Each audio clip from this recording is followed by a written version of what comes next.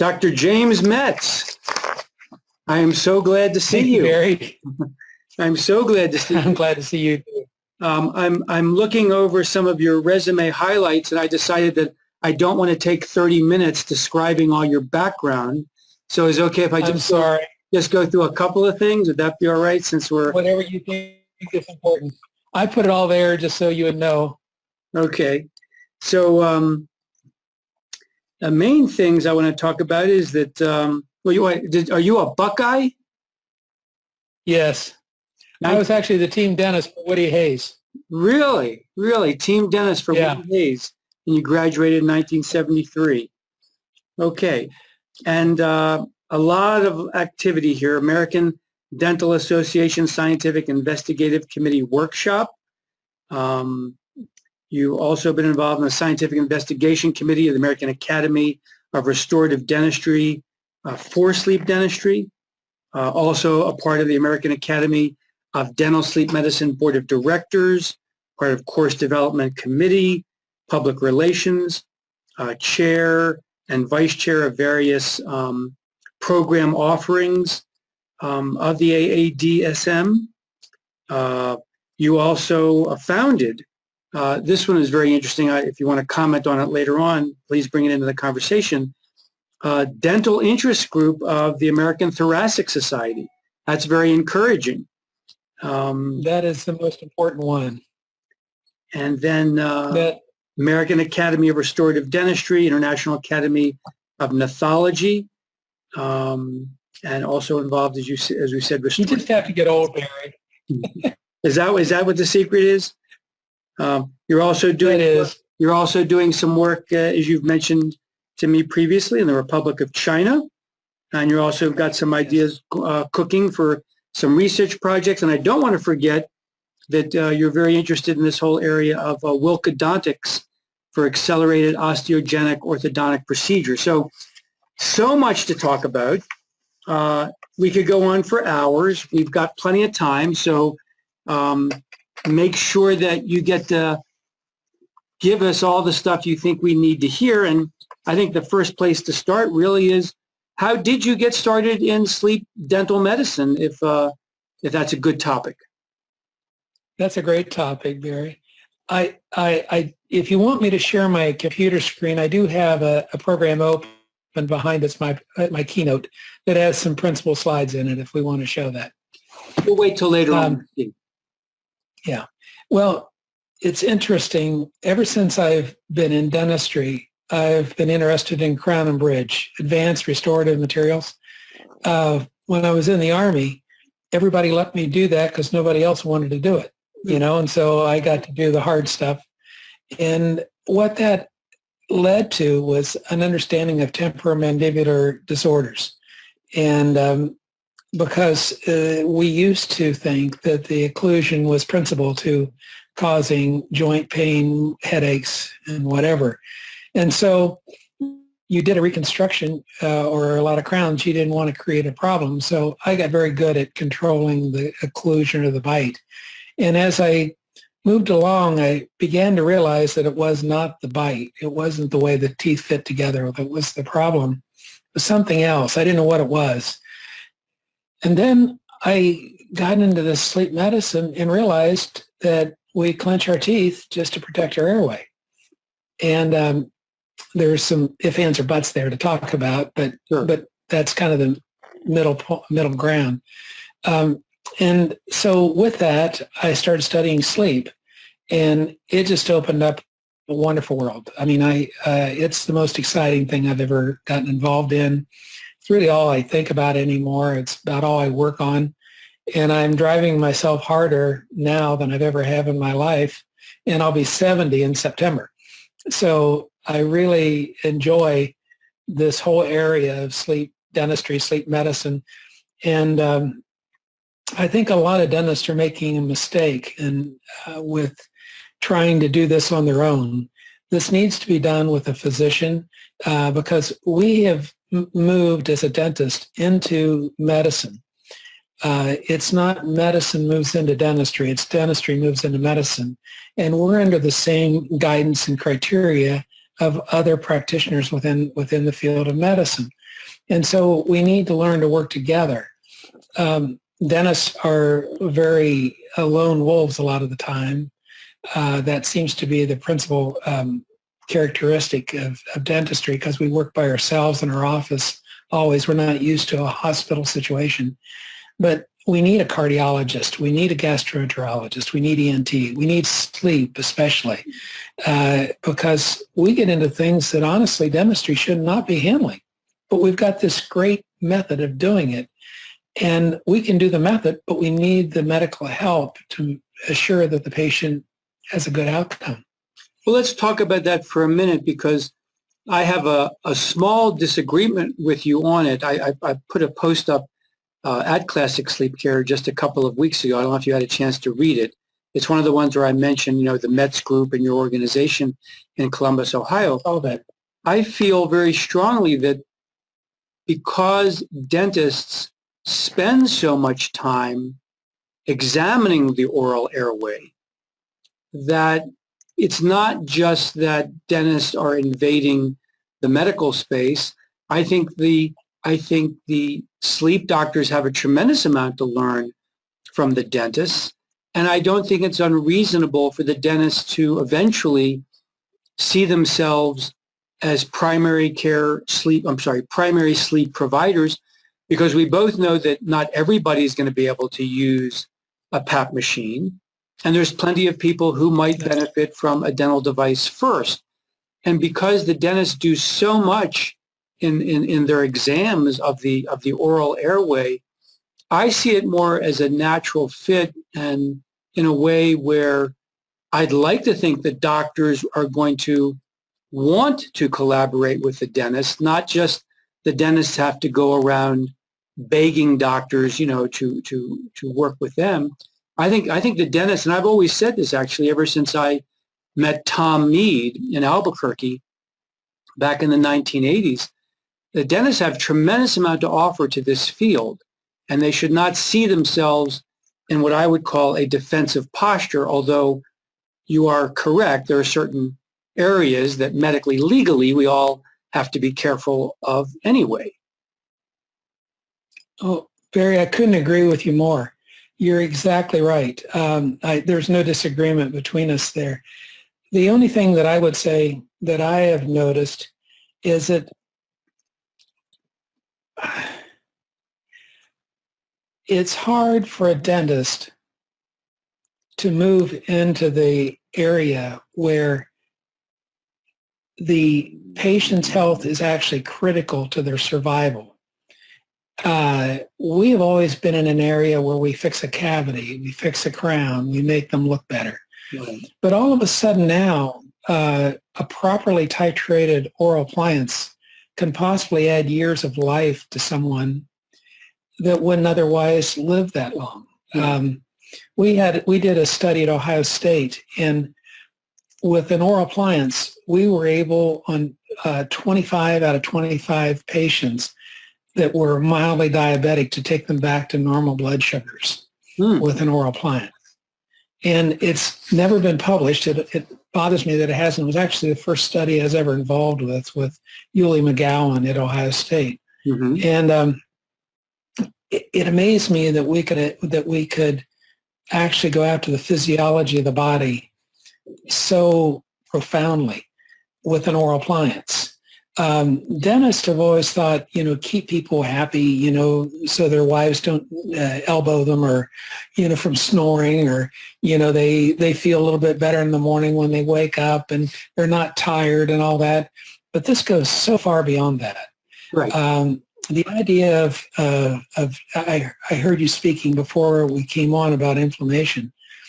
Inflammation, is set off by cortisol and in the body. And it could very well be controlled by an oral appliance very, very, very well. And so all of a sudden the inflammatory processes may actually be under our control to a higher degree than we've thought in the past.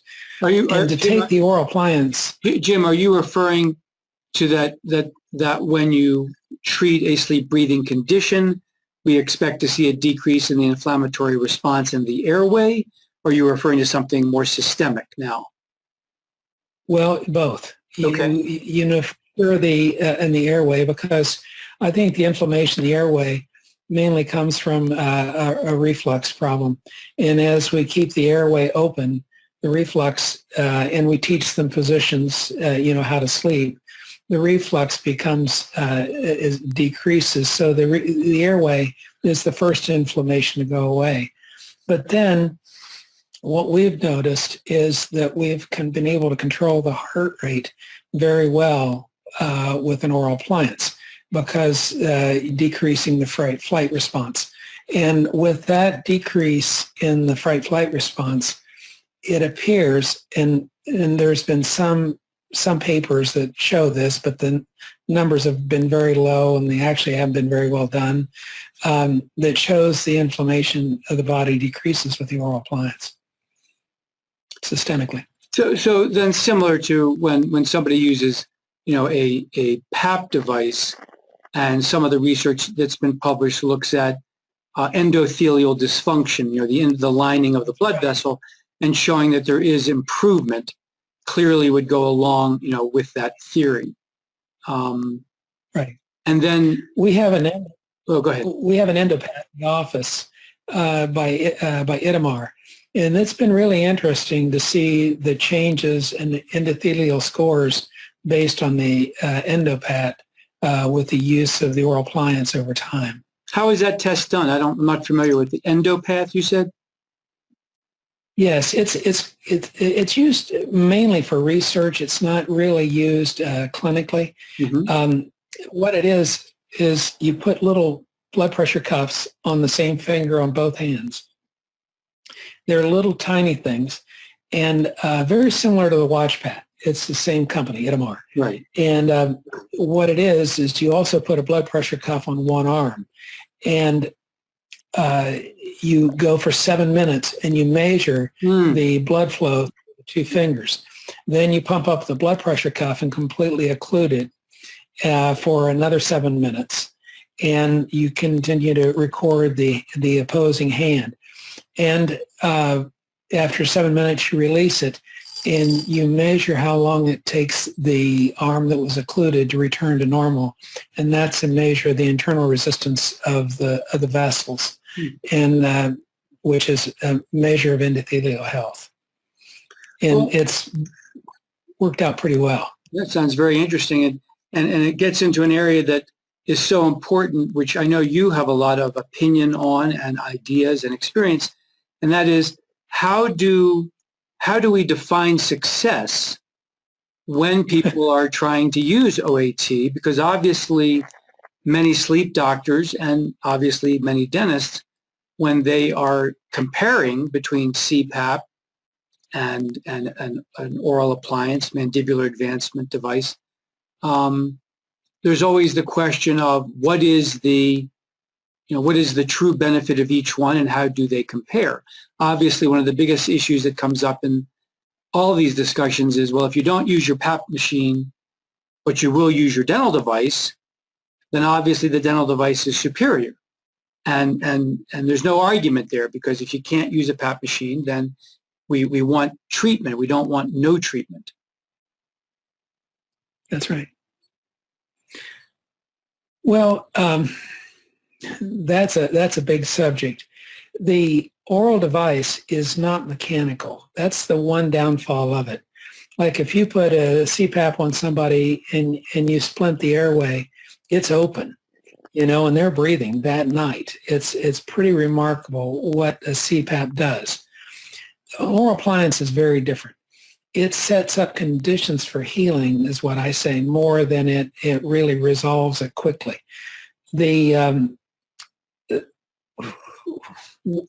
one problem with the oral device is the change of occlusion or change of the bite. And it's interesting, you read through my resume first, and I've been involved in gnatology, which means the study of teeth. It is of all the disciplines of dentistry, it's probably the most involved with the bite. And I spent 25 years learning that and knowing it and lecturing on it and whatever. The first thing I did when I put a mandibular advancement device in is I always said I blew up the occlusion. I blew up the bite. And it's really something, because all of a sudden all the things that I thought I shouldn't do, I was doing. And I was changing the bite. But what I realized is for every millimeter you move the jaw forward, you put 127 grams of force on the teeth. So the less far you move the jaw forward, the less dental problem, dental morbidity that you have. So, but the early appliances that I worked with really pulled the jaw out a mile. I mean, the patients, it was in their jaw was in the next room to get a decent outcome. And so what I started doing was playing around with the appliances and actually making them thinner, smaller, less intrusive onto the oral cavity volume. And as I did, we started not having to advance the jaw so far. So now we've come up to an average of between 6.5 and 7 millimeters of a mandibular advancement will clear most people for and we just are completing the study. We actually got 68.9%, if I remember correctly, of the patients to less than 5, and only took them out less than 7 millimeters. So the dental morbidity doesn't really kick in very strongly there. And that was help. But to do that, you have to get rid of the inflammation in the airway, which we talked earlier. And the first key to all this came from an ENT that I work with still today. And he actually, when I got the patient out to about 7 millimeters, on one occasion he gave them a steroid, a dose pack, and that really relieved the inflammation in the airway. And all of a sudden, my oximetry readings and everything just got 100% better. And so I realized that I didn't have to move the jaw completely forward to get the airway clear. I needed some help with managing the inflammation in the airway at a less of a protrusion. And with that, I got a remarkable outcome. And we found that as long as someone continues to wear the oral appliance, that inflammation does not seem to return. And we've measured up to a year after that one incidence of giving the one round of the medication, and the inflammation hasn't returned, which I think we haven't reported that, but I see that. So what it is the CPAP is very mechanical and works every time if somebody will wear it. It just does the job. The oral appliance is like tuning a Ferrari or something. It's all mechanical. You're moving the jaw forward, but the body doesn't know it's there. And so consequently, it doesn't trip any of the responses that I think CPAP may trip too. So it has a benefit there. But the body has to heal over time. And the first time I ever realized this was an older patient of mine. He's allowed me to use his name. So he said, use it, Jim, because I want this to get out as an information. You won't know it, but his name's Pete Dawson. And Pete is probably the most influential dentist in the United States today. He's, I've known Pete most of my life. And about 4 or 5 years ago, I made him an oral appliance. And he was, his apnea index was off the charts. He was extremely severe. And what scared me, and the reason why you've got to be careful about this, is I put the oral appliance in, but he did not want to work with a sleep physician. And that made me extremely nervous. I didn't like it because he was extremely severe. Well, I put the oral appliance in and I tested him, and then I tested him again about 3 months later, and he was in pretty severe Cheyne-Stokes respiration. He was really, SpO2 was just up and down, up and down, up and down, uncontrolled. And I thought, Pete, I said, this is beyond me. We really need to get somebody else involved here. He said, no, I'm not going to do that. I'm feeling better than I've felt in 10 years, and I'm fine. So I let it go, and I thought, oh, I wanted to have a success with him. This is the man I hold in probably the highest esteem I can imagine of another dentist. I mean, he's been remarkable to me, and I've learned a ton from him. And so he practices in St. Pete, and so the next Christmas I went down and met with Pete, and I did my adjustments and everything that I do, and I use a lateral ceph, which is unusual.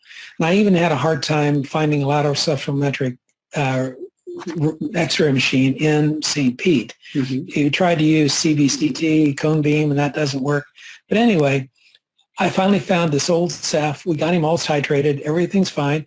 And he said, Jim, would you please give me a pulse oximeter? My grandson needs to be checked. I think he has this same problem. So about a week later, I got it back in the mail, and I downloaded it. And it had an apnea index of about 8. Some DSATs, the SpO2 wasn't real stable, and the heart rate wasn't perfect. And I thought, well, it looks like a young Pete is what it looks like. And I thought, well, this 20-year-old's not going to want to wear an oral appliance or have CPAP or anything. What am I going to say? And I always want to please Pete. I mean, I always want to give him the right answer. And so I called him up and I said, Pete, I got your grandson's pulse oximetry downloaded. And he says, what do you mean, my grandson's? And I said, well, I gave you the oximeter for him. He says, oh, Jim, he wouldn't do it. That was mine. And he went through Cheyne-Stokes, all the way through from severe sleep apnea to Cheyne-Stokes to relatively normal, less than 10. He was about an 8 AHI. But all the Cheyne-Stokes had resolved. And it amazed me how with that, it tells me the oral appliance takes time to heal. So somebody that thinks an oral appliance in 2 weeks is going to knock it out of the park is really wrong on these severe patients. If you're working on a 20 or 30-year-old patient, maybe that's true, but not on the severe apneic patient or the ones that have had it for a considerable time. So you need to set up, I think what the oral appliance does is sets up conditions for healing, and you got to let the body go. And that's the reason why you need to work with a gastroenterologist if you're having trouble with the GERD. I wanted him to see a cardiologist. I wanted to work with a sleep physician. It was way out of my league, I felt, because I get to thinking that what I did was very similar to what the ASV units do. And I know the problems that have been there, and I don't know whether I created the same situation as a ASV unit or not. So it made me worry.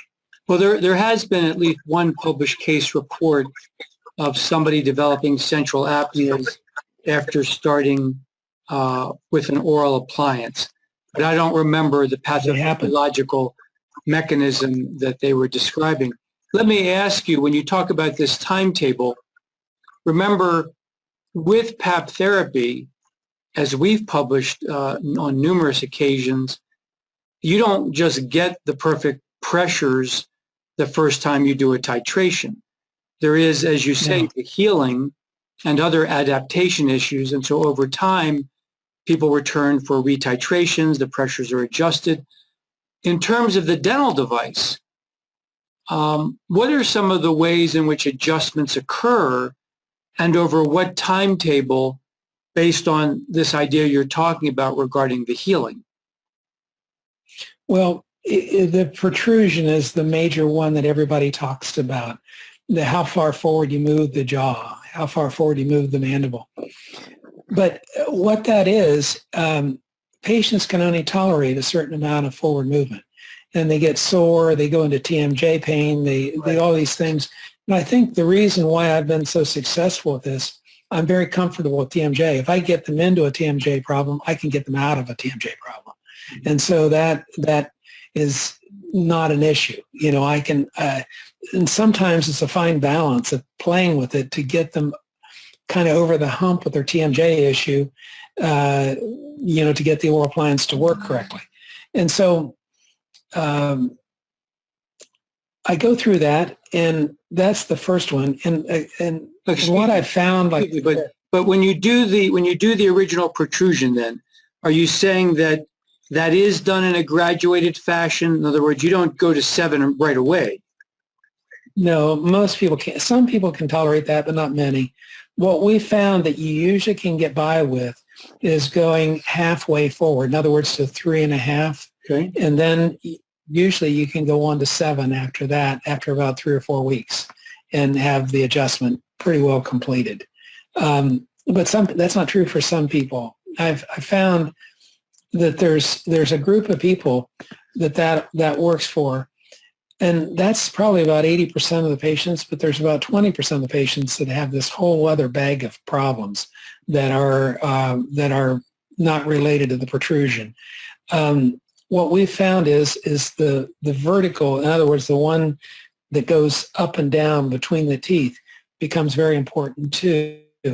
And a lot of the appliances are so big and so thick that they've actually taken what's called the vertical dimension beyond the range of tolerability of most patients to start with. We found that most patients want a fairly mild amount of vertical, and that helps. And then you get into that. The GERD is the third big issue.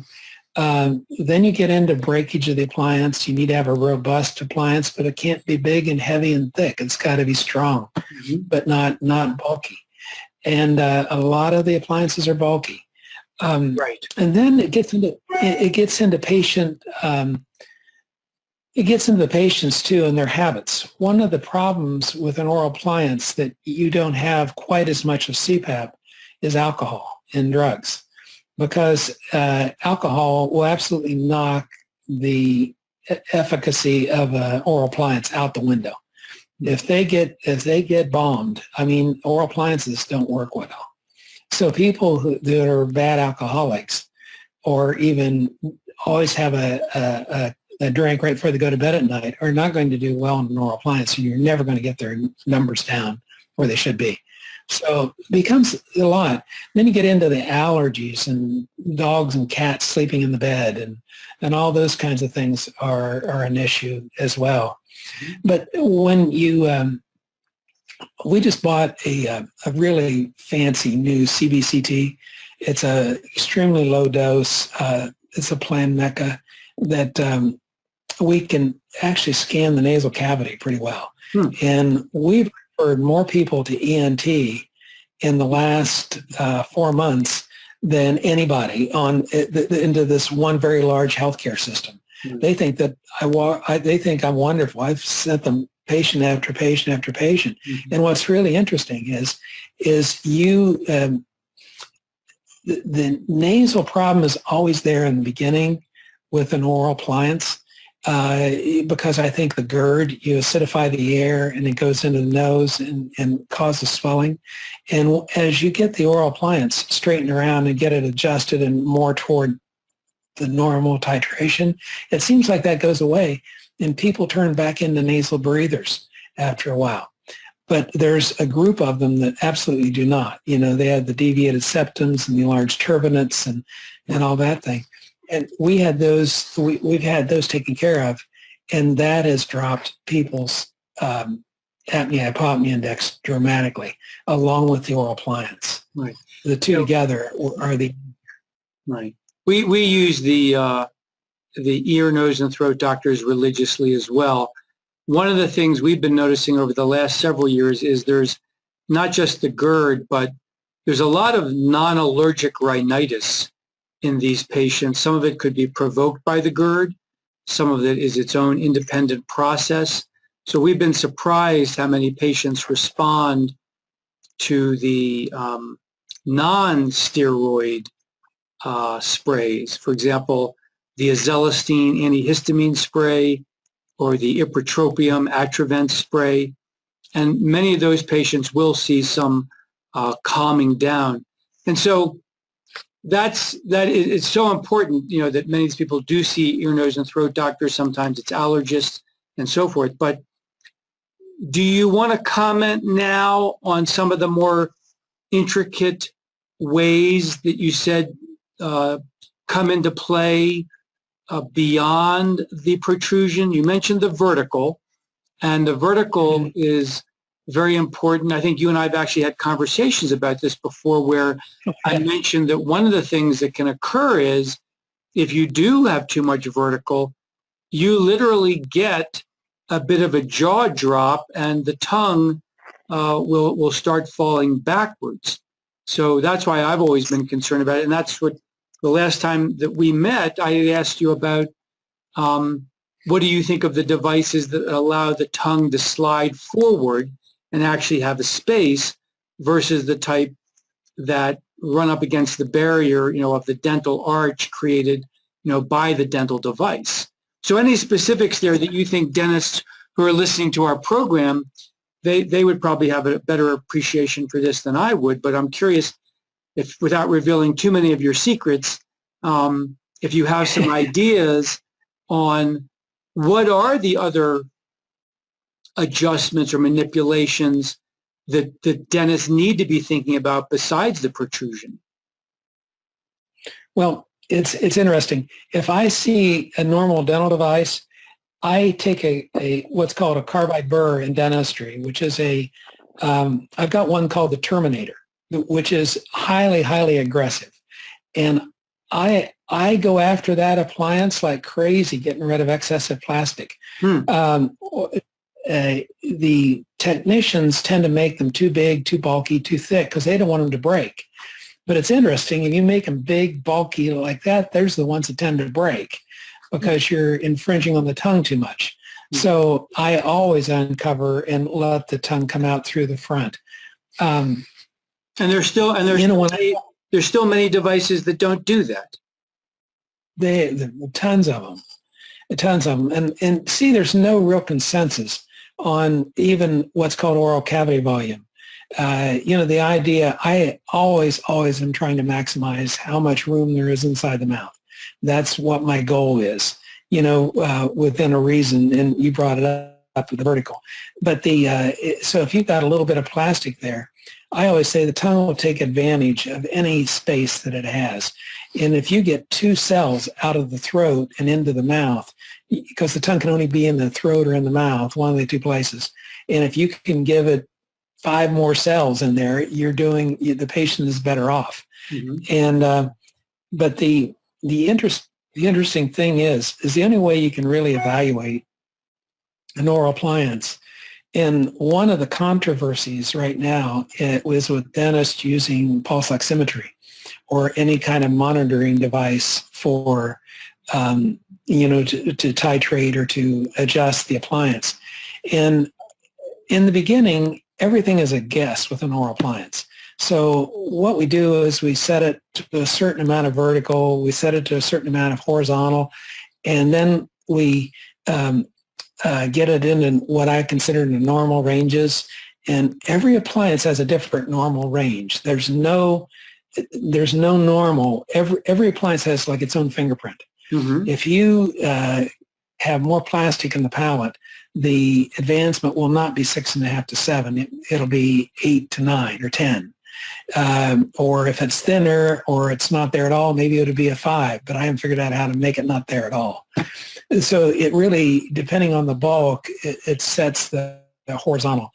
But the interesting thing about it is you get out to the normal ranges and this patient's worse or not feeling better or, and so you look at the pulse oximetry report. So what do? Normally a dentist cranks them forward more. Mm-hmm. And they get even worse and they get more uncomfortable and they don't like it and they complain a lot. Mm-hmm. So what we had to do was put an extra step in there. And what we use is the lateral cephalometric film that's been used by really orthodontists since probably back in the 30s. And it shows a lateral view of the head like this. Mm-hmm. And the beauty of it is that can be taken in an instantaneous basis. You can catch it. So we take it, the patient, there's a little bit of a protocol to it. And anybody that's listening to this that wants this protocol, I'll be glad to email it to them. But you breathe out all the way to the bottom of the breath. you're standing up straight, teeth together, and you take an x-ray. And it's taken in a split second. And you can't do that with a CBCT. And what that does is shows what the oral pharynx looks like with the oral appliance in place. We have one of those to start, and we have one at C6.5 if they're not doing well. Now, did we make that airway bigger or did we make it smaller? It's all relative. I realize the patient's awake and standing up and all that stuff, but it's relative. If I make it relatively bigger, they're probably bigger. And so what I found is by varying the vertical, the maximum vertical we ever use, and we define it over the premolar area, right here, over the bicuspids. That's where we define vertical.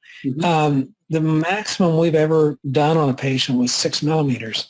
And many of the appliances come in thicker than that from the laboratory for even small women. And small women have I always say they're like a Swiss watch compared to a grandfather clock on a 6'5" guy. But anyway, you change the vertical by a millimeter, and sometimes you'll open up the posterior airway space by as much as 2 millimeters. So you adjust the horizontal out to get into normal ranges, and then you start playing with the vertical, open and closing it, and see what makes that airway bigger. And so that is our second data point. Our first data point was the pulse oximeter telling us whether we were good or not good. The other data point is it shows us what the airway actually looks like at an instantaneous point in time. And then we start playing with that, with the horizontal and the vertical, till we get somebody straightened around.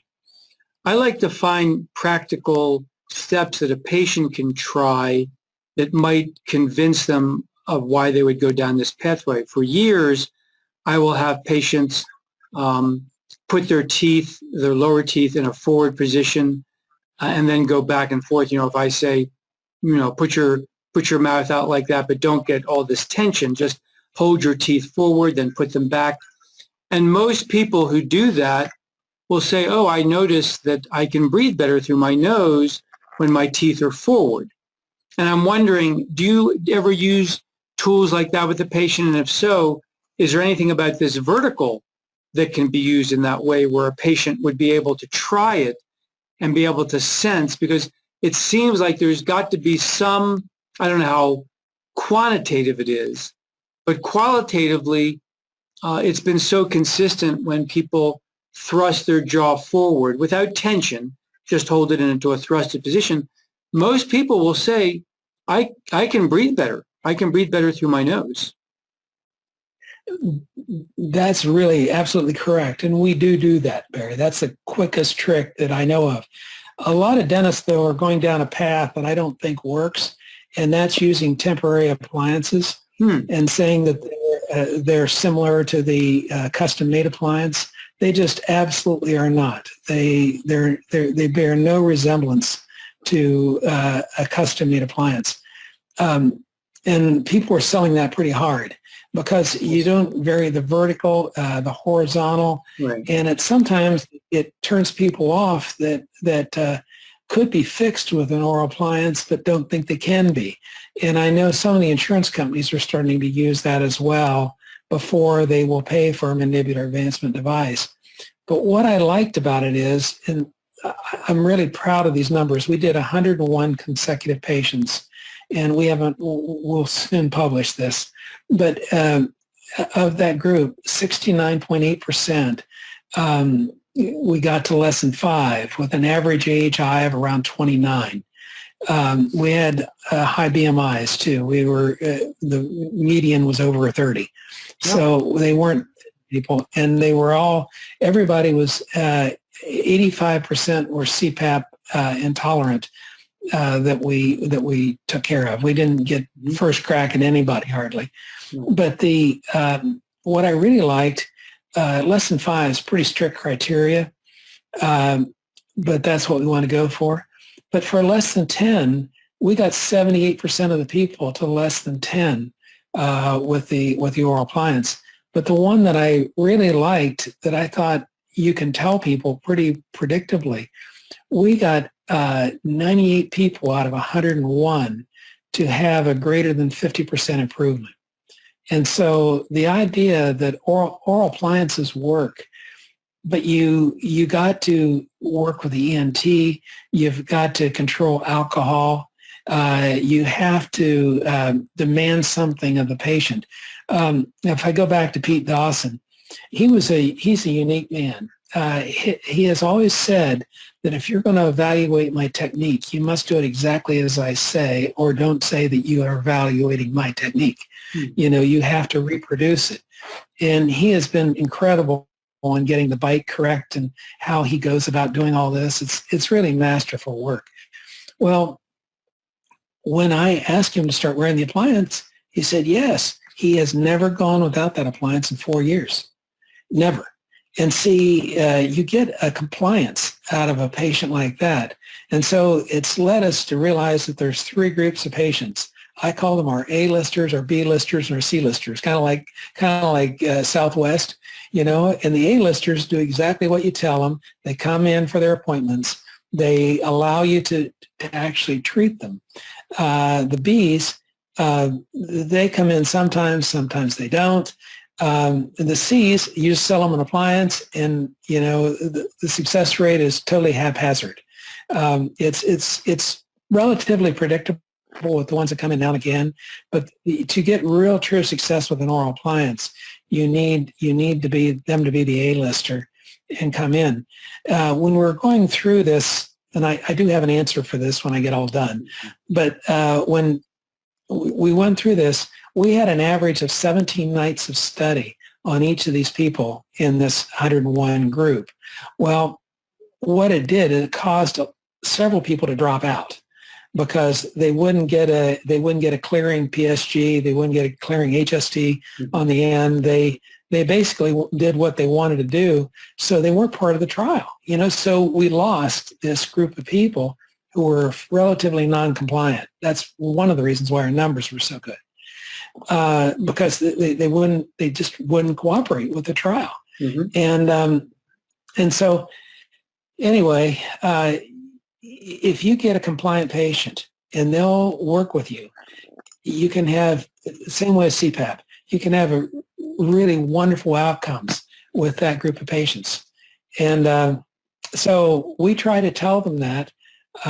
We have them call other patients to tell them what their success rate was if they're not doing well.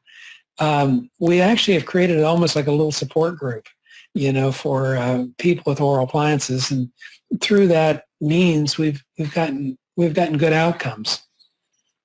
So in a way, what I tell people, just one more thing. I didn't get to my point. What I tell people is, if you work with us, you're going to have a success.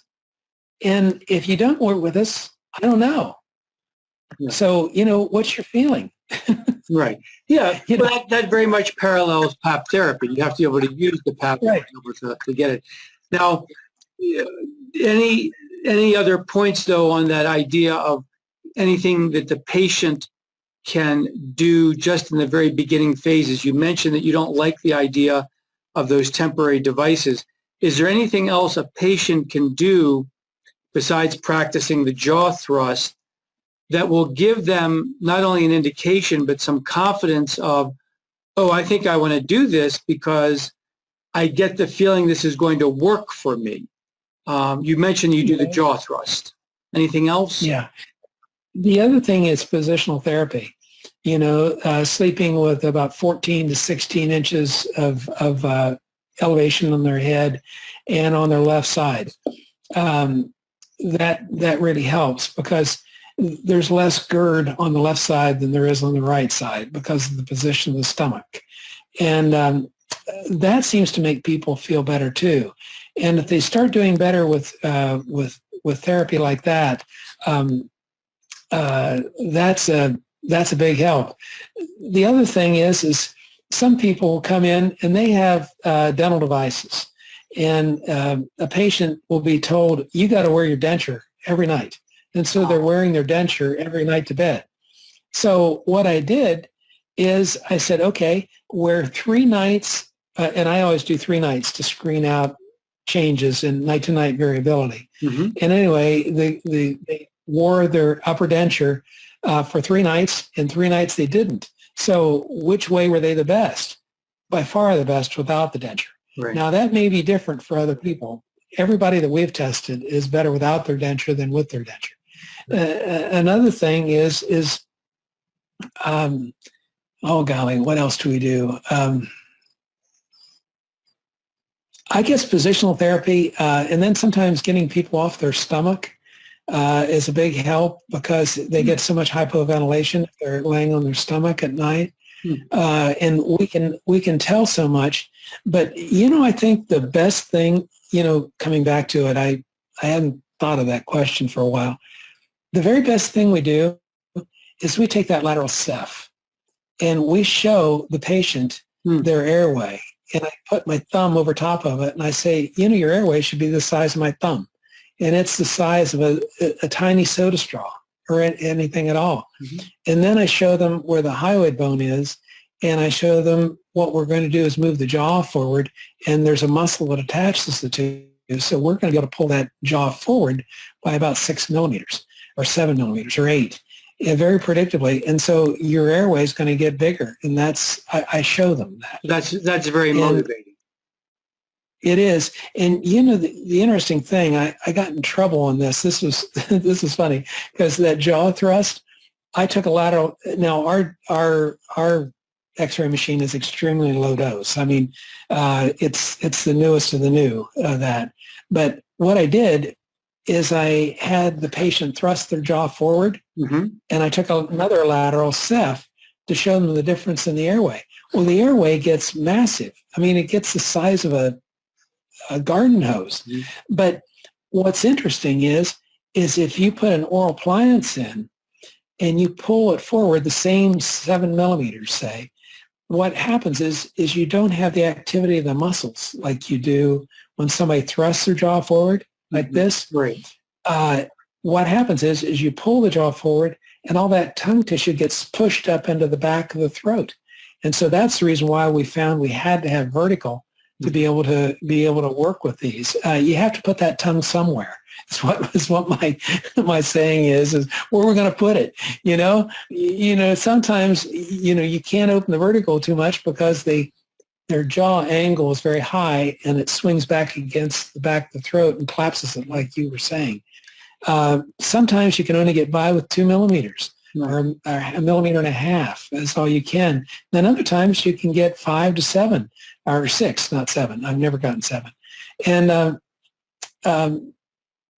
it's kind of like playing around. I hate to say it, but when it comes down to it, that's what you're doing with these things. When I went to my first Dental Sleep Meeting Society, which was almost 25 years ago, I remember that's where I learned at the time, tell me if this is still valid, that the natural resting place for the tongue should be on the roof of the mouth. That's exactly right. And so I've always wondered then, how does that play out with, going back to an earlier question I had for you, how does that play out with the dental device where on the one hand, if it's too bulky, it probably can't get to the roof of the mouth. If it's got a hole in the space between the two arches, then it can actually slide forward. Is there an ideal place for the tongue where it should be slid forward, or should it actually be on the roof of the mouth? And does that depend on the type of dental device? It does depend on the type of dental device, how thick it is and everything. You've hit on my absolutely favorite topic. It's this tongue thing. I do like this. What it is, when people, this gets into the scalloping of the tongue. When the tongue is scalloped, they're holding the tongue in the floor of their mouth so they can breathe through their mouth because they're non-nasal breathers. They can't breathe through their nose, so they breathe through their mouth, and that's the reason why it's scalloped. It's interesting, and we brought up China a little bit.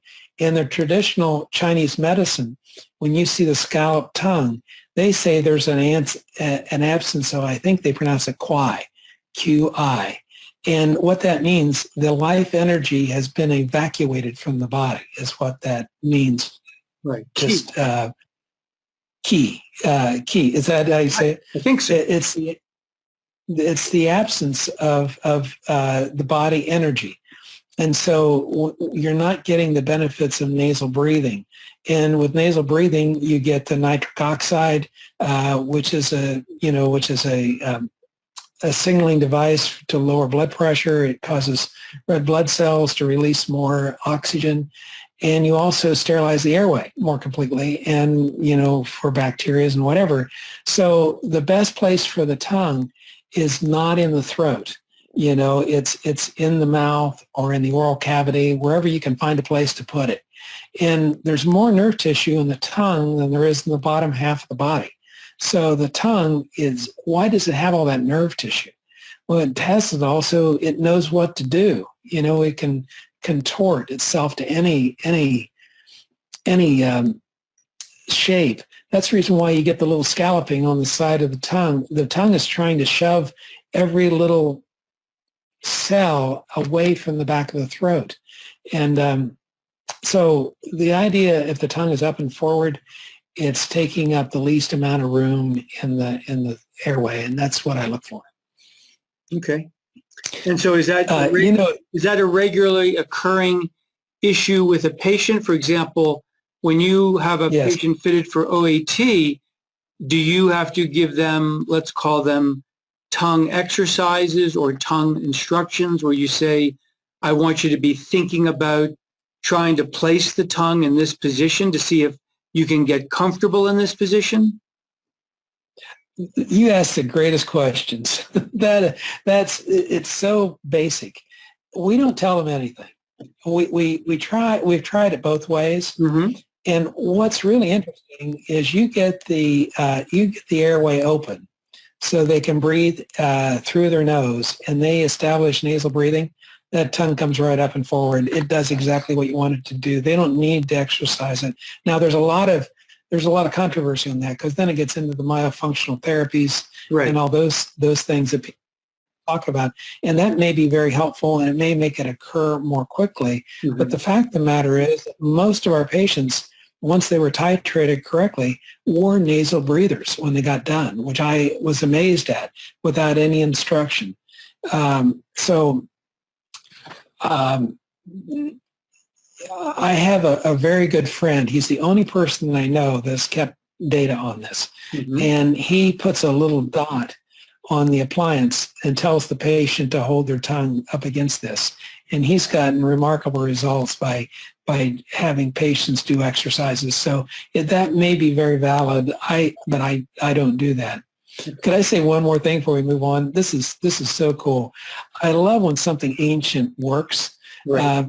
Because we just didn't land on this planet. Have an iPhone in our hand. And there was a study done in Sweden about 3 or 4 years ago. I forget the author. I quote it all the time, and I can't remember the author's name right now. But anyway, what he found is that if you hum, you produce 15 times the amount of nitric oxide as you do normally. Yeah. So what do the Buddhist monks sit there and do hours on end? But they do their alms. Right. And so what is that going to do? You're getting 15 times more nitric oxide. You're going to lower your blood pressure. You're going to get more oxygenation, and you are going to get the enlightenment that they're looking for. And I find it extremely interesting. By nasal breathing, they can actually change the heart rate. They said that's the meditation. You can change heart rate with meditation. I believe that because you establish nasal breathing and you're using the nitric oxide to do that with. Mm-hmm. So I find all that very interesting because, people had sleep apnea for a lot longer than you and I have been around, and they found ways of doing it, but we've lost a lot of the traditional ways. Right. I'm wondering if this is a good osteogenic information and experience you've been looking at, because I know we haven't had a chance to talk about that before, and I know people are probably going to be interested in that orthodontic approach. Would you like to delve into that now? Sure. I don't have data on this yet. I think a lot of data. I'm sorry. I think a lot of people may not actually know what we're talking about. So maybe you should start and actually describe those procedures and what your expectation is from that procedure. Okay, well, let me go to the easiest form. The easiest form is on the lower, usually on the mandible, on the lingual or the inside. People have bumps or tori. They're just exostosis. They're just bumps of bone. This is where we did it, and I did it with Tom Wilco. And he was the inventor of the Wilcodonics. And Tom took off the lingual tori, and what it did, and some of them are quite big. I mean, they're the size of a grape. They're that big. Sure. He took all those off. Now, me getting really data that you would expect as a physician, and what I'm going to tell you, I don't have PSGs before and after. What I have is pulse oximetry before and after. I am amazed by removing the tori how much the heart rate changes and how much apnea goes away. We've had as much as a 50% reduction of AHI, at least through pulse oximetry AHI, and we do use the Minolta 300i, which is a high-resolution pulse oximeter with patient safety software, which is an algorithm that manages the data, because the 300i will put out 0.1% of oxygen, so it creates a graph or a curve that you can apply an algorithm to it. So it's way more accurate than most oximetry that's on the market. I don't know anything that's even close to it on the market as far as, yes. When you describe the removal of the tori, are you talking about a simple theory of there's now more space in the airway, or is there another theory that explains why sleep apnea would get better? That's all. I think all it is, Barry, is you made room for that tongue and it took advantage of it. Okay, so the tongue now has an opportunity to be in better position. Yes, and some of these were huge that we took out, and we got remarkable numbers. The patient stopped snoring. A lot of times they felt better. They woke up more rested in the morning, just like you put an oral appliance in or something. And it was pretty remarkable. And so that was the first thing we did. And now this is all of my ideas. And like I said, I wish I had more validation. The one that I've validated to a degree is, again, the vertical dimension. If you look at most people who have sleep apnea, they have fairly worn teeth and they've been eroded by the GERD and whatever. Well, when you go back to my nathology background, what I learned to do was full mouth reconstruction. In other words, I do a crown on every tooth and some people are really damaged. And when I do that, I change the oral cavity volume. So the crowns, I go in and I use my pulse oximeter and I set the vertical dimension based on my pulse oximeter and the lateral ceph the same way as I do for the oral appliance. And we've been able to do fairly remarkable things just by changing the vertical in between the teeth to a more predictable position. And what you'll find is like you said, some people are better with less vertical and some people are much better with more vertical. But it's the only way you can tell that is we make plastic teeth that they wear, and then we run the pulse oximeter at night and see what happened. We do 3 nights. And that's how I set the vertical. So the vertical matters. I can show that. Now, traditional orthodontics can only move teeth within the available bone. It's almost like the bone is a foundation and the teeth are within a foundation. And if you move the teeth outside of the foundation, you move them outside of bone and you get damage from the orthodontics itself, especially in an adult. Like, to consider treating you or me, and you're not going to grow bone at my age. But with by using the what's called the PAOO, the periodontally assisted osteogenic orthodontics, what it does is you take, this sounds gross, but it really works. you take the gum tissue back away from the teeth, and you actually take away all the cortical bone and put the gum tissue back. You add some bone back in there, but you put it back, and you've set up a extreme inflammation in both the maxilla and the mandible. Now, for the next 6 months, you have an 8-year-old again, and you can increase the width in the posterior dramatically because of this. You can move the anterior teeth forward and take the bone with it. So you get about 2 to 3 times the amount of movement with this type of orthodontics that you get with traditional orthodontics.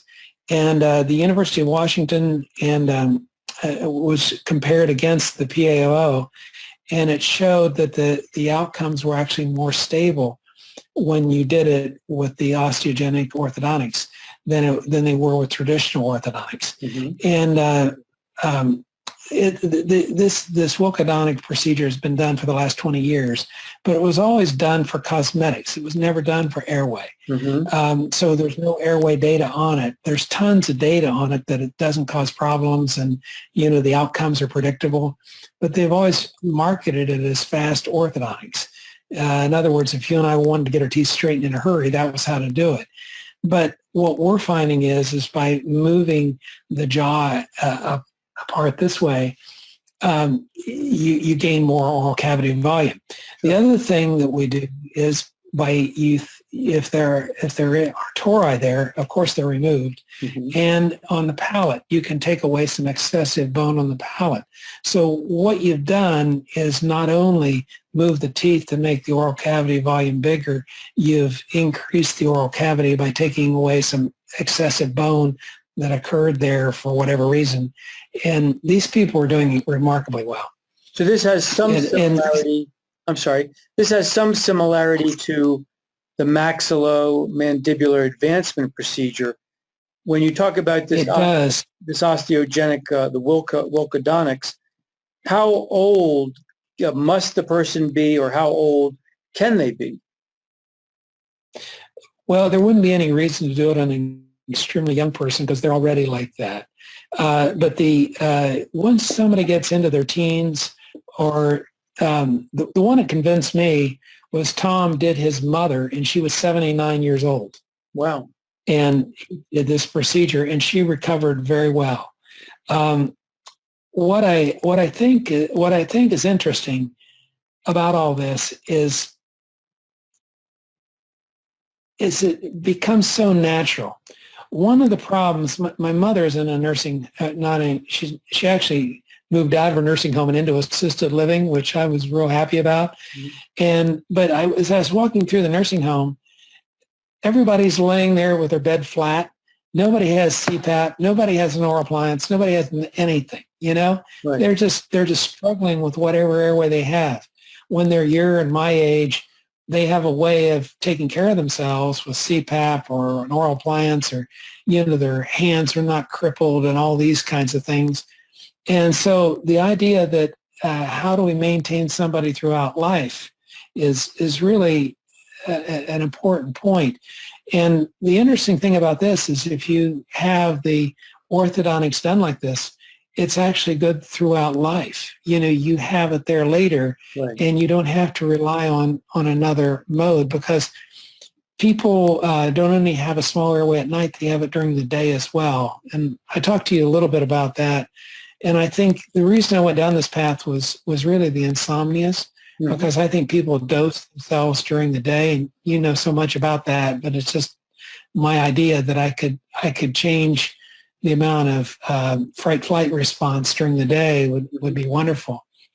The other thing, and then I'll stop on this, but the cost is much less doing this orthodontic procedure than it is doing two-jaw surgery. And it's and the trouble with it is it's in most cases, I got to be careful here, because I saw how Stanford does I just had at the course here in Columbus that we give, I just had Stanley Liu from Stanford come and show how they do their mandibular advancement and maxilla. It was Casey Lee? Beautiful.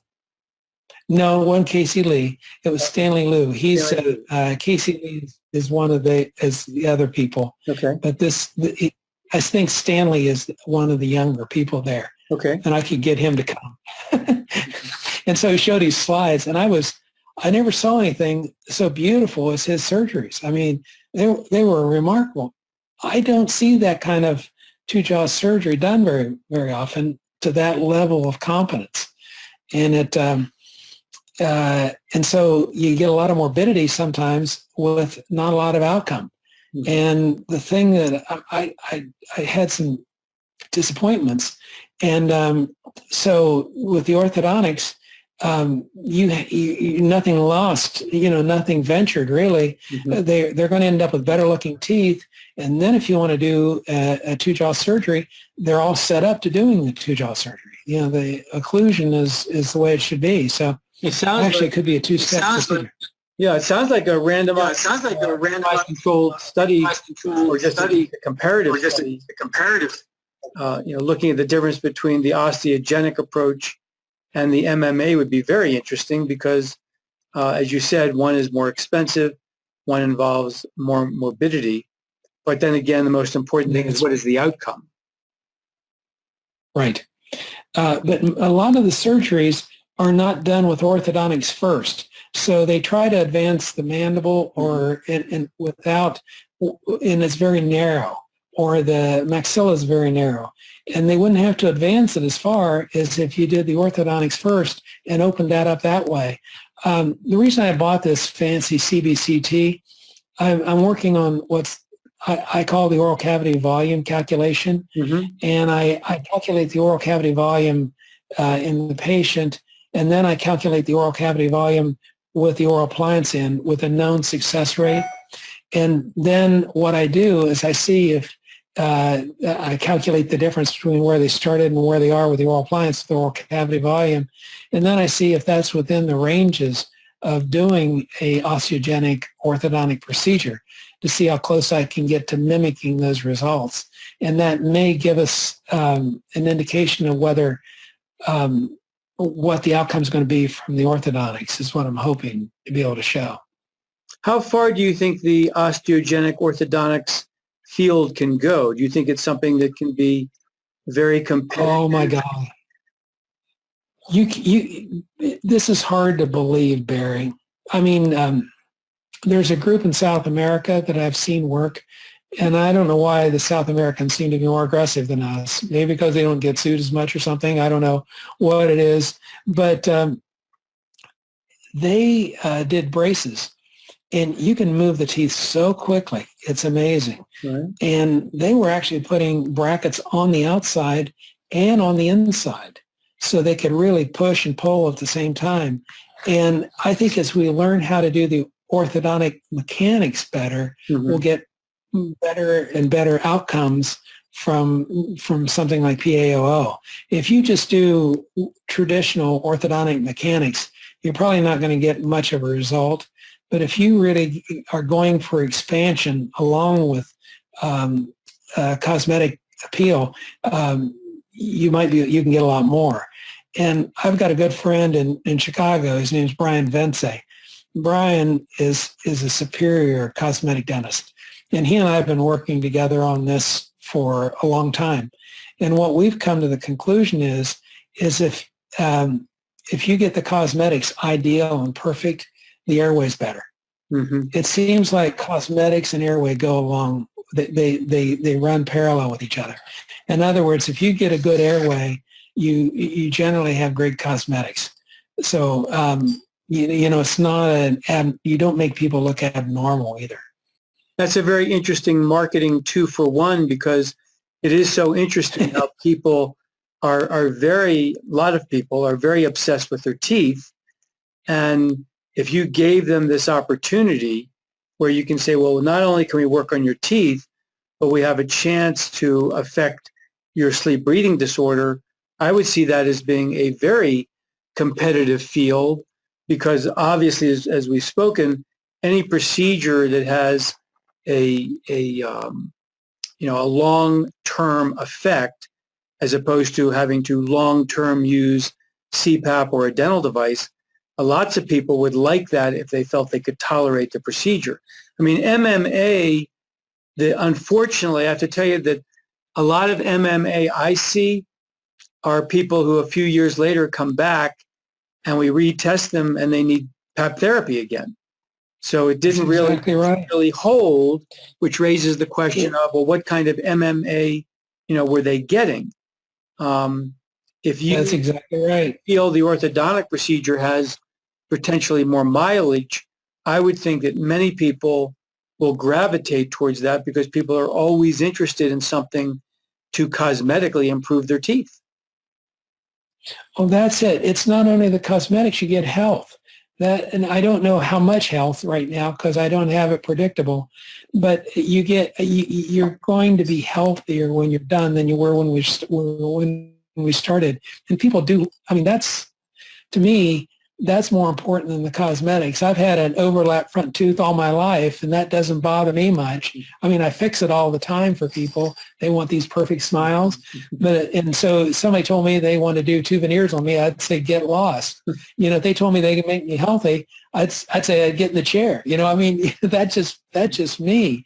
But I find it incredibly interesting. And the other thing that is different with the MMA versus the osteogenic orthodontics is the fact that you're not damaging muscle attachments in the myelohyalate area, right. And that's a big deal. And so whenever you do a surgical procedure, you're going to lose muscle attachment, right. And then is the hyalate going to be as supported as it was before, and that's what impressed me about the Stanford procedure, because I really thought that they controlled those things very, very well. And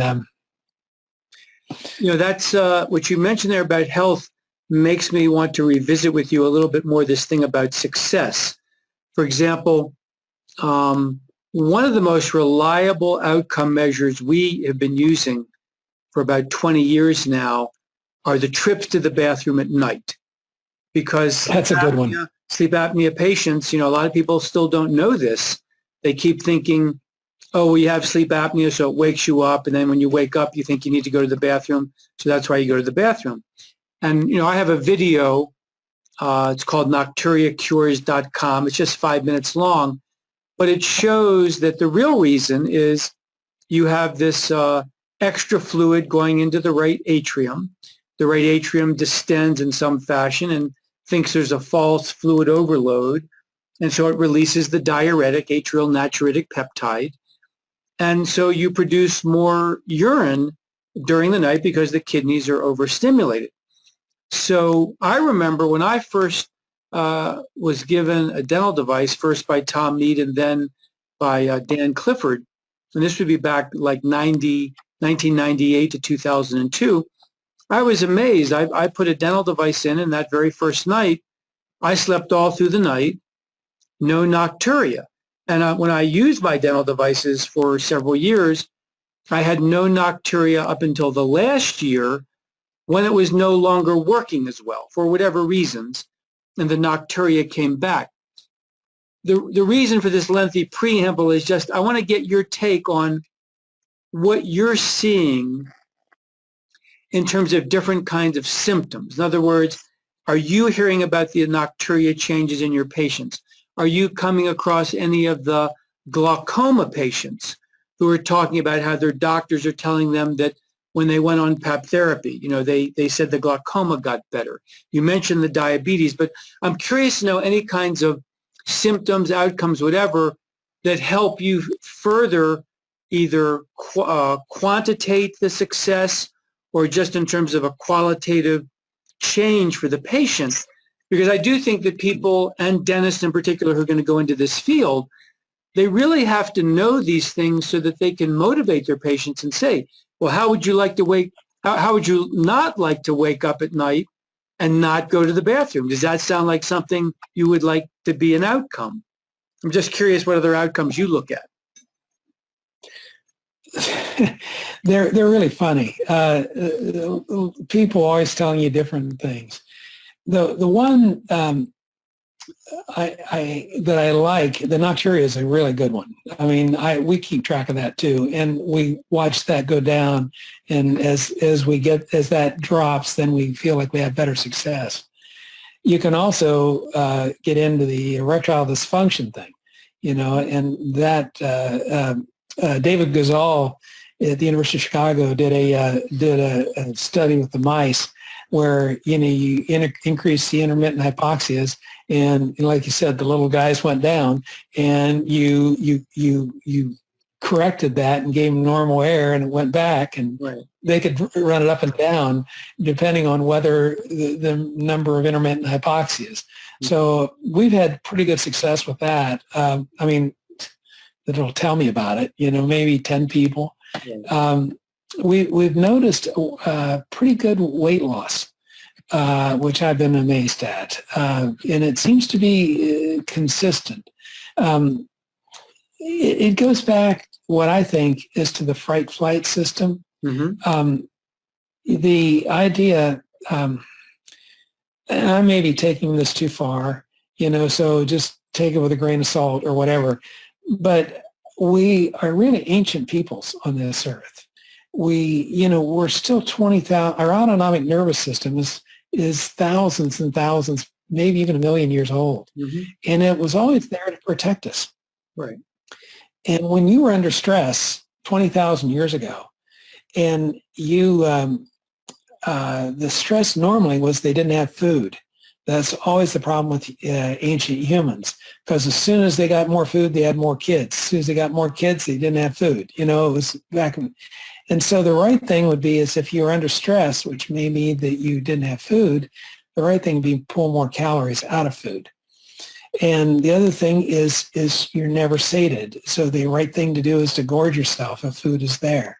And it seems like we control those basic symptoms better once we get the heart rate and the fight-flight response more under control than normal. We hear that. One of the things that I have people breathe through these little straws for demonstration, these little 4 straws. They're the kind like you get in a bar to stir a scotch with or something. And if you breathe through 4 of them, normally you can breathe through things pretty easily. And people can breathe in and out, no trouble. Take one away, and all of a sudden, you can start to feel the epinephrine released in the body. Take another one away, and you definitely can feel the euphoria of it. But one of the decrease in airflow stimulates a lot of things, and I think I can demo it pretty easily in front of a group that way, and I've been doing that for years. But I had a psychologist in about 9 months ago in the office, and I showed her this. He says, well, that's interesting. And you know what they use those little 4 straws for? To create a panic attack. Wow. And I never knew that. And so the idea that you either by blowing off too much CO2 or trying to build up CO2? The idea of trying to breathe the air through these straws and pulling hard, what I assumed it was release of epinephrine. I don't know whether it might have been the CO2 or not. I hadn't considered that. Well, do the patients breathe in and out through the straw? Yes, they do, because I haven't pinched their nose. So they probably, there's an older theory by Donald Klein about how CO2 changes are associated with what's called false suffocation alarm. And so just little changes in CO2 for sensitive people seem to trigger it. So it could be what you said about the epinephrine, but it could also be that as they try to breathe out, they really can't exhale that well because they can probably pull in better than they can breathe out, is my guess. And so they may have a little bit of CO2 buildup, and that may be part of how they could produce a panic attack. That's why it's so great to be around somebody that knows. I always have these ideas floating around my head. I love to talk to you about them. That's just a theory. But I thought it was interesting that these people, I had one lady who was seeing a psychiatrist 3 times a week, and she'd been seeing him for about 8 years. Mm-hmm. And now she's not seeing the psychiatrist anymore. And I thought that was interesting. I never really bring it up. I go back to Pete. The older, the dentist that I talked about earlier. He's off all these blood pressure medications. I didn't say anything about that, to the physician, or I didn't say anything to Pete to do, but his physician took him off of them because he didn't feel they were required anymore. Because he started fainting. He started fainting from having too high blood pressure. I just saw a patient That's exactly earlier this week. That was the other one I was going to ask you about. How often do you see things like at the opposite end of spectrums? Like, how often do you see blood pressure lowering? How often do you see something like depression getting better? We see both of those things, Barry. I need, the reason why I was so impressed by all your work is that you've tracked things so well. And I feel like I came into medicine through the back door. I kind of snuck in here, and I like what I do. But I was never trained to do research like with what you've done and create. I was so fascinated with your insomnia research. And, those things we need to track, but I haven't tracked them. They appear to be better, but we hear good things all the time, but if that's true or not true, how that is. Well, I think we're on the same page. And one of the things that would be just amazing to track, and I don't know that anybody has done this yet. I've been pushing for it in several different opportunities, but nothing I've seen yet. Military personnel, even combat personnel. It would be so interesting and probably incredibly valuable to fit many soldiers, many service members with an oral appliance. Because think of the efficiency and the practicality of being able to use that in the field compared to PAP therapy. And of course, that even gets into the whole theory, in our research, which is, what if you actually treated somebody's sleep problems before they were exposed to combat? And what if by doing that, you actually lessen their chances of getting PTSD? So I'm hopeful that, somebody's going to come along to the Metz Center and the Metz group and say to them, we want you doing something, with our military personnel, because that's been needed for a long time. But I think the military, they've slowly but inexorably begun to become very interested in PAP therapy, which is good. But by the same token, they should be very interested in dental devices, given the expediency, the efficiency, the cost, everything. It'd be an incredible opportunity that so many people would take advantage of. Oh, I agree with you, Barry. And how much of the PTSD is actually the release of epinephrine or the inability to sleep, or just maybe not sleep apnea, but kind of a pre-apneic event, upper airway, could be a major instigator of those problems. And that would be, and it's so easy to do if you had the population. That would be interesting. Right. Absolutely. I want to come back now to some areas we started off in the beginning regarding, doctor and dentist relationships, and tie that in to some extent to, where you think things are going in the future, and especially about, you've mentioned some things about how we spread the word, but in particular, I want to hear how you feel doctors and dentists have to connect, and what should be happening, from both sides of the aisle, so to speak, so that people can feel both comfortable, confident, and motivated to do this, because that we both agree that's an essential change or objective that has to happen for us to make more progress. Well, I vacillate on this one, as to what I think. um, sleep dentist, oral appliance therapy is really quite hard.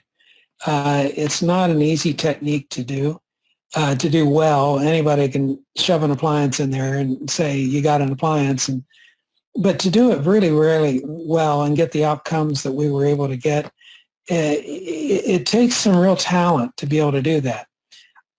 And then you take it one step further, and the number of people who need oral devices versus the number who could possibly even get devices.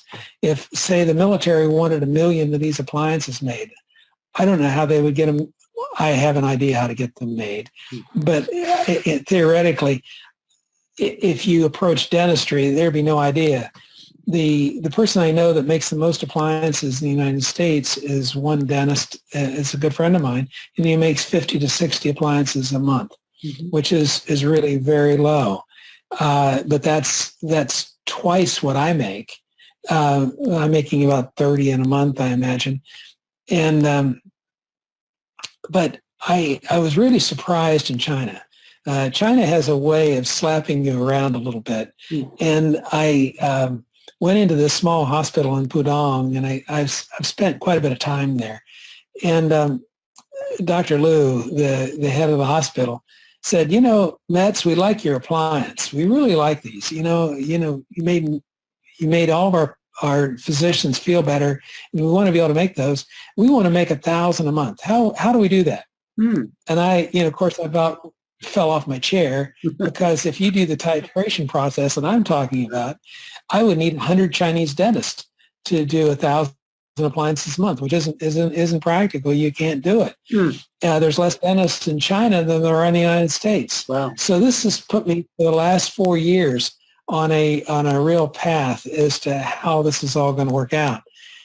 And David Gazal, I brought him up before. I met him in China.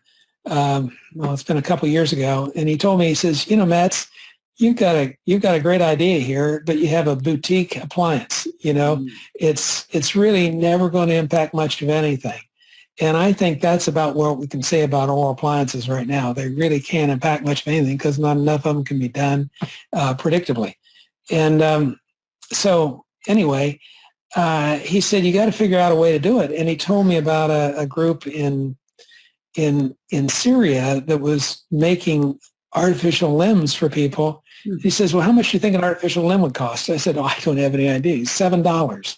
He says, that's what we need for the developing world. And he's absolutely 1,000% right. So it's put me on this path to figure out how in the world to do a bunch of these appliances for less money, because it's hard to work within Medicare for these appliances, and everybody wants them within Medicare. And Medicare and reimbursement's too low, at least in Ohio it is. So I ran onto this idea of how to adjust the appliance.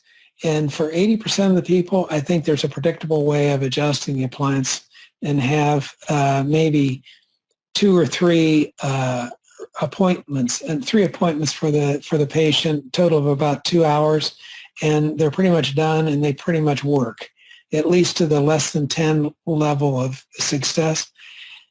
And that it sort of takes the guesswork out of it. It makes it so the patient, the dentist doesn't need to know hardly anything to make these things work. And I think that's almost where we have to go, because nobody wants to put the kind of time into it that I have. It's just too much. And you have to charge too much. Like we charge way more than Medicare fees for one of our appliances. Right. But what it also means is if we do this and we find a predictable way to make these appliances, and we use intraoral scanners, which just you can go on the inside and it creates a 3D model of the teeth, it means that a lot of the true dentistry is taken out of it. And what my worry is, to be honest, is it's why I got here to begin with. Who's going to end up doing these in the future? Dentists want to make a certain level of money in their office, And this takes time to do it the way we've done it in the past. And so some become interested, but a lot choose not to do it. And they don't want to deal with TMD. They don't want to deal with problems. They don't want to deal with anything. Mm-hmm. And they just want to, kick out the kind of the easy stuff. I hate to say it, but that's where it seems to be. Mm-hmm. And I think there's a possibility this may move into medicine rather than into dentistry, and because I think it's too important of a modality, especially for heart and disease processes that we may see the PTSD, as you just talked about. These things need to be made in mass quantities, not just as a boutique at Dr. Ghazal talked about. So we're actually planning a clinic that would allow 3 dentists to maybe do 1,000 appliances a month. And now all of a sudden you can make an impact. And that's what we need, because a lot of people need this care. And it shouldn't just be for the wealthy or the well-insured. It should be for everybody. Right, but from a free market point of view, I mean, as I've been mentioning in some of my blog posts, and I believe talked about a year or two ago, the whole healthcare system, we're talking today, when the House just passed, the repeal on the first phase of repeal for Obamacare. But what's more important is there's so many people out there who understand that the free market principles of healthcare really have to be implemented. Everybody looks at what happened with LASIK eye surgery, and everybody applauds it, and people are pleased by it. And you say to them, you're aware that there's no insurance for LASIK eye surgery, right? And some of them go, oh yeah, that's right. So I disagree a little bit with what you're saying, only in that there's so many dentists in America. There's so much opportunity for dentists in America to be able to help, even if they're helping, 50 people a year. That's a lot of people, and hopefully they're using good, devices. Hopefully they're getting good training and getting experience where they're learning to fit the appliances properly. But I feel very strongly that dentists need to get into this market from their own perspective. I mean, I look around at all the stuff that changes. I'm sorry. I look around all the stuff that goes on in sleep medicine. I mean, sleep medicine itself is having its own problems, and they don't seem to be able to solve them. They have less doctors. Sleep centers are closing. There's real concerns about sleep medicine, and yet now you have something called, get this, the American Academy of Cardiovascular Sleep Medicine. Well, that fits into the model that I was trying to push for several years in my own hometown of going up to cardiology groups and saying, hey, how would you like to have a sleep lab in your heart hospital? And nobody has done it yet in New Mexico, but I think that's what's going to happen. People are going to ask for these things to be expanded. So the dentists absolutely have an opportunity to become primary sleep providers. They have their own academy. Yes, they have to overlap with the sleep testing. It has to be, currently and appropriately, the home sleep testing model or the PSG testing model.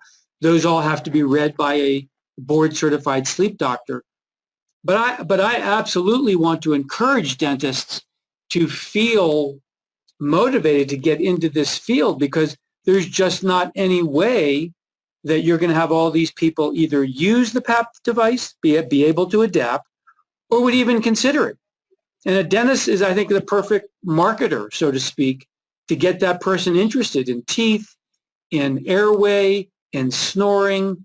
I mean, there's so many points that they could bring up, and it could become a part of their regular practice. But I'm not a dentist. Well, you're exactly right, Barry, and I agree with you. And it is a part of my regular practice. My practice has exploded since I've been doing this. I went through the 2008 kind of downturn we had, and people weren't buying full mouth reconstructions. I mean, because nobody cared anymore enough to part with their money to have one done. Well, all of a sudden, I'm doing as many of these as I can do, simply because they want it for a health reason rather than for a just a cosmetic reason. Or if they do get a health outcome, they want it. So it really creates a very remarkable dental practice if you go this route. But what I was at, I think I was in Denver, and we were at a sleep meeting there, and one of the dental manufacturing companies, one of the large ones for oral appliances, put out their goals for next year. They wanted to produce 70,000 appliances for the next year. And if they did that, that means probably 20 of the 70,000 are replacements of ones that are already out there, and only 50,000 are new. And I thought, wow, 50,000 of appliances for the whole country, that would fix probably a mile and a half radius from this convention center, and I think it is just so tiny compared to what we need to have. And it's an interesting thing. I have dentists that they come to the courses, and the ones that'll come and learn are doing really well. I mean, we've trained a lot of dentists that are really doing quite well in their practices, and they're doing 15, 20, 25 appliances a month and doing a really good job at it. But, then you see the advertisements for the other stuff too. And I saw an oral appliance at one of our organizational meetings. I swear it was a hockey puck that had just been cut down a little bit. It was the size, it was the biggest thing I've ever seen in my life. And this was supposed to go in a person's mouth. And, women have always been shown to be a higher failure rate than men with oral appliances. It's because I think they got a smaller mouth. You can't fill it up with, and, proportionally, you fill it up and they can't handle it. So I don't know what the outcome is, Barry. I hope it stays within dentistry, because this has given me a path and a calling almost of life that I really value, and I think it's extremely important, and nobody can keep me away from doing this. I mean, this is like, I like doing my other life, but this life is better, and the patients are so happy. They come in and they're just nice people. I mean, you turn a grump into a nice person. It's kind of decrease the irritability. It's kind of cool. Yeah, and then so they walk in and go ahead. They're always clearing their throat. They're, all the GERD stuff. And then you just listen to them. You hear, hey, yeah. They have the old cigarette cough. I can't quite do it right now. And that's a problem. The breath should always be silent. When they have that kind of raspiness going on, they've got an airway issue. And bad things happen when they don't fix it. And especially in men 40 to 50 years old. We all know that statistic. It's not good. So, this video will appear probably on the two websites, probably on the Sleep Care and also the HST America, which is the newer company they've worked out to help dentists get started in this field, where they have this relationship where HST America can arrange for the sleep study, and then they can get it read. They can get that whole thing worked out so the dentist can go forward. Talk a little bit about, either in your early years or just currently, your advice to dentists who are looking to get into this field and maybe have some of these worries about having to interact with doctors, and they're not really sure either how to go about it, whether it's building their own practice. And any thoughts at all about that, helping them, go forward? The best, I kind of stumbled through it, and I somehow I got there. But what I think you need is a mentor. You need someone that's already gone in front of you. And you may find someone in your own community. You may, and if you don't have anybody, pretty much what we've done, and I don't mean to promote our courses, but what we've done with our courses is foster the interaction between physicians and dentists so they can become accustomed to talking to physicians and asking them questions and knowing what physicians think and kind of and just kind of know that they do know a little bit. The biggest thing is I think is learning the vocabulary and actually being comfortable with the vocabulary, because I'll walk into a group and say, well, we've had several sleep lectures, but we're not quite getting it. So I'll go down and I say, okay, I hate to say it. I used to start off with what's an RDI, and now I ask what's an apnea, and I'll get maybe one hand in the room, and somehow the bigger picture is getting lost. And I think if you show the person the path, they'll figure out what apnea-hypopnea is. I mean, they'll want to learn it enough because they'll start reading and they'll understand. But I think you have to have someone take you by the hand a little bit, and that's really what we've been doing. We have an email list, and people can ask questions on it all the time. And it's sort of like a blog, but it's not really a blog. It's just it's within the Google groups, and we answer questions all the time, and one person will answer, or I'll answer, or somehow they'll get an answer to their question. But I think the other thing that's helped me, and the biggest, how would I say it, educational boost I've ever had in my life was joining the American Thoracic Society.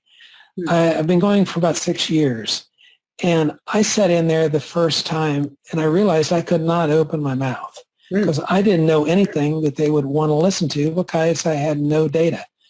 Dentistry runs on no data.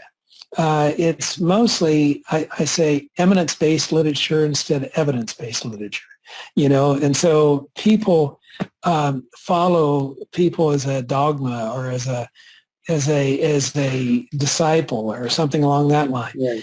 And you go into a medical arena, and that's not the case, not nearly to the level it is in dentistry. And there's not been a whole lot of money spent in dental research on sleep. I mean, we've done all of ours on our own, and our study cost almost $200,000 to do, and there's nobody paying for it but me. And that's, but it was important to me to get that done. But I've learned through the ATS that they stand up and they state a point and then prove the point, and this is how we proved it. And I almost had to learn that from a physician to know how to communicate, and that's why I don't really go to many dental meetings anymore. My major one is the ATS because I lectured a lot of dental meetings, but, I see things, but nothing ever tweaks my interest a whole lot. What really does, though, is a group of physicians talking about the whole idea of different types of PAP therapy. Like what's an ASV, what's an auto PAP, what's a BiPAP, what's a traditional PAP. Yeah. And I think we need to know all those things. Absolutely. And so I've really gained a lot from the ATS, and what's been interesting is they've reached their hand out to dentistry by even allowing me to form a dental interest group as an attached to the sleep respiratory neurobiology section. That's great. And then they asked me to be on their executive board. So, I mean, they want, like you're saying, they know the oral appliance is a good thing and they want it there, but how do you get a dental group to come? And I have about 100 dentists coming to the ATS now. That's outstanding. That's the way to spread the word. That's the best way I know how to do. I don't know. I think you got to be around these people and realize they won't bite your head off. So I know that you mentioned courses. So yeah, please advertise your own. And I know that HST America also has courses, and that's one of the first things that they realized was important, was helping dentists learn about all of this so that they're going to be confident and comfortable going forward. If they're not given some level of education, then they're not going to just jump into it. And it reminds me locally that when we refer our patients for treatment, they often say, well, I'll just go to my dentist. And we say, well, no, you actually want to go to somebody who's fit 50 or 100 people and has already made this part of their career. So I think that is very important, that people can't look at it as something to dabble in. They have to be committed. And I think if they take courses, to, perhaps join the Dental Society and get an education, they will realize how much there is there to learn and how much there is to offer the patients, especially in all these health outcomes we've been talking about. That's exactly right, Barry. I think there's actually two levels. You need to learn AHI. You need to know what an appliance looks like. You need to kind of get in the dental groove. And then it seems like you graduate. And not that you leave that behind. I still go to the meetings, but I'm not as into that. We're all set there, and I won't miss a talk, is at the ATS. And all of a sudden, that's been the next bump in in my education. I have a good friend, Frank Seaman, and I was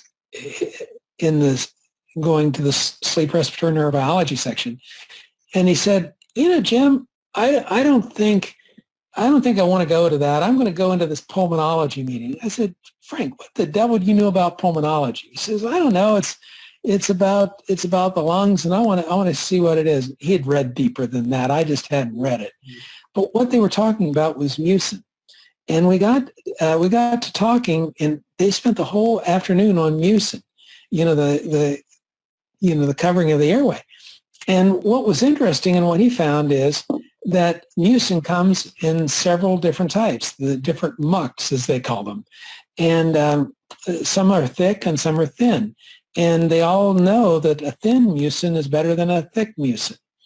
And so, but they did not know how to change that from a thin to a thick, or a thick to a thin, rather. And what Frank said was pretty obvious. You turn them into nasal breathers. Mm. But a physician did not know how to turn a patient into a nasal breather. But a dentist does.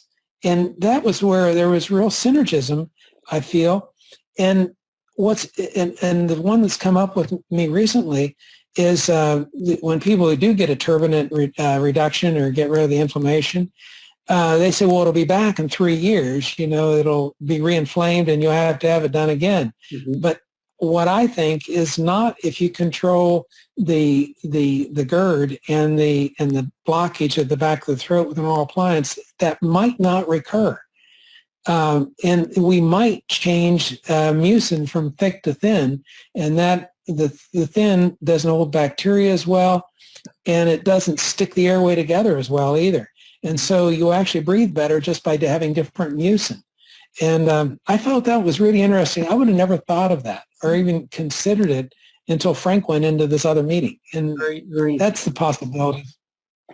We've got about 10 minutes left, and that segues nicely into my last question for you. Is I'd love to hear about some of your, I know you don't think of yourself necessarily as a trained researcher, but I know you have a very creative mind like a researcher, and I'd be curious to know, what are some of the research studies, investigations, and so forth that you want to see happening, whether it's with your own group or somebody else? And if you have your own particular research projects you're hoping to go forward with, if you want to talk about any of that, I think that would be very interesting for people to hear, since you have been thinking about this for so long, and I know you have a lot of ideas, some of which you may have to keep secret. I understand.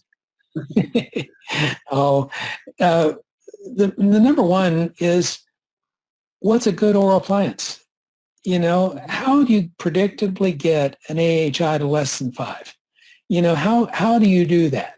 That was my first research, and I feel like we're pretty good there. I feel like we've gotten kicked around a lot. It's taken us almost 3 years to do it, but we're doing pretty well with that. The one that there's this thing with the tori. I want to publish that. I think that'll publish.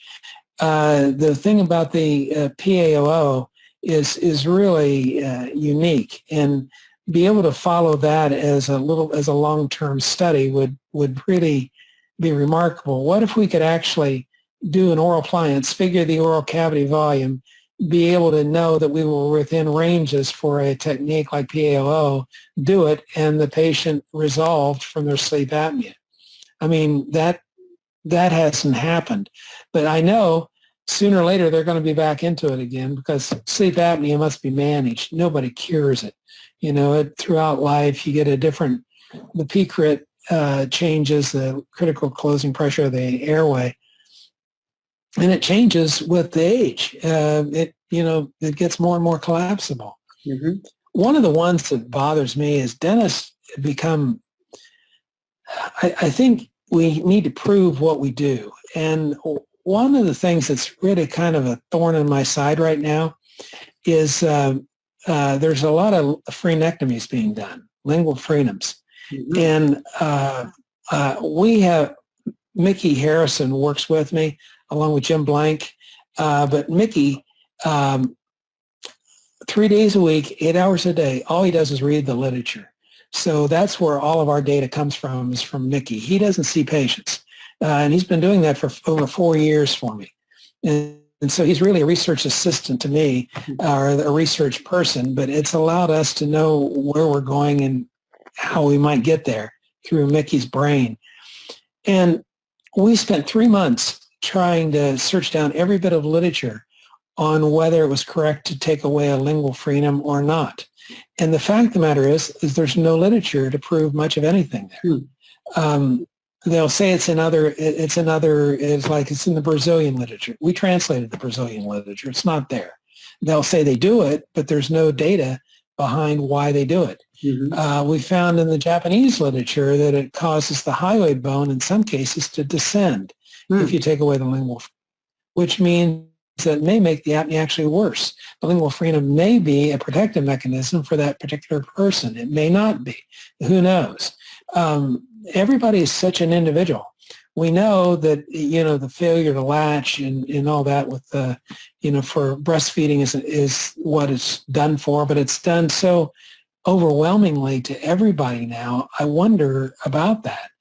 And then if it hasn't gone away by age 6 or 7, then the anterior maxilla doesn't develop properly because the tongue doesn't push up against the roof of the mouth like we talked about earlier. Mm-hmm. But the fact of the matter is we just go in and do a surgical procedure and change someone permanently without data just really bothers me. And I keep asking people, they do these all the time. And I said, well, keep the numbers on it. Keep the data on it. Mm-hmm. And nobody keeps data on it. And I wish dentists would do that. My favorite one that I'm really looking to do is a funny one. I'm convinced that our personalities are centered around our airway. I think the people with a more deficient airway have a different personality than people who have a more normal airway. And I've got all kinds of ideas about that. I don't want to let those go, but I think, we think we are who we are because we're this person and we trained ourselves to be this way. I think we're much more victims of habit than we had ever imagined. Just like you see somebody with a forward head posture, that's a problem. You see somebody standing there chewing gum incessantly. I know that's a problem. I was just at I was actually at a temple in the bat mitzvah, and everybody in the group, there were about 10% of the people were just chewing gum like crazy. And I asked my friend who's a member, I said, is there any way we could do a pulse oximetry on these people that are chewing gum like crazy? I would be willing to bet they have a terrible airway. And I think just some crazy stuff like that would be fun to do. It's like it gets into alcoholism too. We need to test this because people who can't sleep, they're going to make themselves sleep. If you don't give them Ambien, they'll find Jack Daniels or something. Right. Right. And there's so much of what we do as a personality and the disease processes we have going on could be so interrelated. I don't know whether you know Nick Netzer or not. He's the Sleep and Breathing. He's the editor. Right. And I was in Berlin, and I think it was 2007 or 2008, he was the lead-off speaker. And he stood up and said, name any non-cancerous systemic disease, and I'll connect it to sleep apnea. And it just blew me away. I never heard a statement like that come out of anybody's mouth. And it just struck me how prevalent this problem is in so many people and how much damage it's causing people. And I guess the last thing is dentists try to be nice. They'll tell you, hey, you got a cavity there, or that front tooth doesn't look quite right, but we can watch it and go for the next time. And I was sitting in an airplane flying somewhere, and the guy said, oh, you work with sleep apnea. And I said, yeah, because I had my screen up and everything. I'm always working on this. And so he says, well, I got it. And it was like he had won first prize at the county fair, like I got sleep apnea. And so I said, so you wear CPAP? He said, oh, no, I don't like that, GD thing. I said, oh, that's too bad. That's a good way to treat it. And he said, so you're a dentist. You probably make one of those expensive oral appliances that I'm not going to spend my good money on that either. I says, you guys are just money grubbers. You just want money all the time. I said, oh, and I knew I wasn't getting very far. So I let him go to sleep. And he goes, and he leans back in the chair and he wakes up, one of those kinds of things. And he says, was I asleep? And I said, well, he said, you stopped breathing and you woke up. And I said, so what do you do for a living? And he said, well, it's funny. I retired at 63. And I'm really happy because, you work all your life to have some time with the kids and retire and everything. And I take care of my 3 grandsons. They live really close to us, and I take them to the ballpark, and we play t-ball, and we go.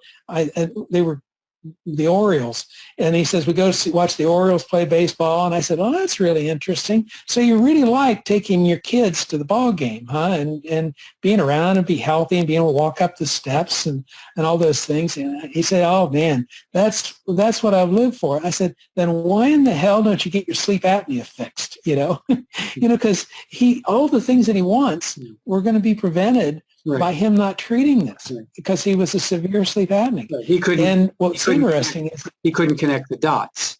He couldn't connect the dots. And that brings me to the last study idea. I want to just run it by you quickly. Wouldn't it be amazing? I'm sorry.